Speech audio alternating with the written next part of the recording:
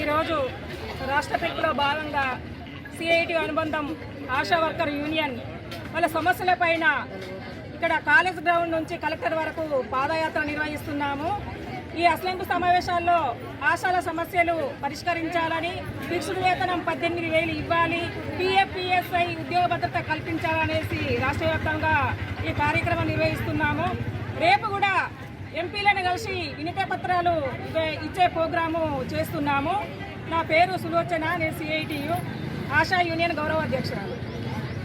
మేము చేసే పాదయాత్ర గురించి మా అసెంబ్లీ స్టార్ట్ అవుతుంది ఫిబ్రవరి 1 కాబట్టి ఖచ్చితంగా మేము ఇప్పటి నుండి ఫిబ్రవరి 1 దాకా కూడా నిరాహార దీక్షలు, ఎంపీలకు వినతి పత్రాలు అందరికీ అందజేసుకుంటూ మేము సామరస్యంగా ఇప్పుడు ఇవాళ ప్రోగ్రాం స్టార్ట్ చేసినాము.